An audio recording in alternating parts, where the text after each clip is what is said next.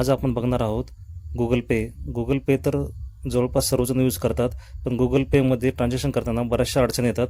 तर चला बघूयात कोणत्या कोणत्या अडचणी येतात. गुगल पे वर ट्रान्झॅक्शन करताना पैसे अडकले असतील तर घाबरून जाऊ नका. सहसा हे पैसे बँक खात्यात आपोआप परत येतात. खालील स्टेप फॉलो करा.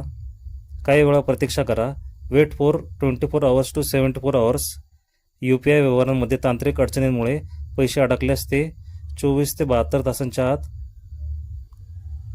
कामकाजाचे दिवस म्हणजेच वर्किंग डेजमध्ये तुमच्या खात्यात परत जमा होतात. 24 तास थांबा, कारण बँक आपोआप सेटलमेंट करते. गुगल पे ॲपमध्ये तक्रार नोंदवा. Raise a complaint in Google Pay. जर 72 तासानंतरही पैसे परत आले नाहीत तर खालीलप्रमाणे तक्रार करा. गुगल पे ॲप उघडा. ज्या ट्रान्झॅक्शनमध्ये पैसे अडकले आहेत त्यावर क्लिक करा. रेस अ डिस्ट्रीब्यूट किंवा गेट हेल्प हा पर्याय निवडा. समस्या नोंदवा. गुगलची टीम 3 ते 5 दिवसात प्रतिसाद देईल. थेट चॅट सपोर्टद्वारे तक्रार. Step by step.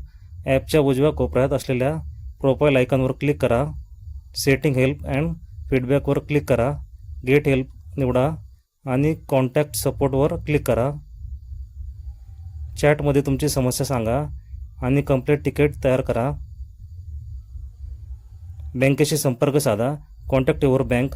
गुगल पेवर तक्रार केल्यानंतरही तुमचा बँकेच्या कस्टमर केअरवर फोन करा. त्यांना ट्रान्झॅक्शनचा UTR नंबर गुगल पे ट्रान्झॅक्शन डिटेल्समध्ये मिळतो तो द्या. बँक तुम्हाला सांगेल की पैसे समोरच्या व्यक्तीच्या खात्यात गेले आहेत की ते रिव्हर्स परत येत आहेत. जर बँक आणि GPay जर सपोर्ट करत नसेल तर NPCIकडे तक्रार करा. नॅशनल पेमेंट कॉर्पोरेशन ऑफ इंडियाच्या पोर्टलवर तुम्ही तक्रार करू शकता. वेबसाईट NPCI.org.in वर जाऊन गेट इन टच UPI कंप्लेंटमध्ये तक्रार नोंदवा. महत्त्वाची टीप: UPI पिन पुन्हा टाकू नका. ट्रान्झॅक्शन फेल झाल्यावर लगेच पुन्हा पैसे पाठवण्याचा प्रयत्न करू नका, अन्यथा पैसे पुन्हा अडकू शकतात. पुराव्यासाठी स्क्रीनशॉट. अडकलेल्या ट्रान्झॅक्शनचा स्क्रीनशॉट आणि UTR नंबर नेहमी जवळ ठेवा. हे लक्षात ठेवा, जर ट्रान्झॅक्शन फेल झाले असेल तर तुमचे पैसे आहेत आणि ते तुम्हाला परत मिळतील. काळजी करू नका.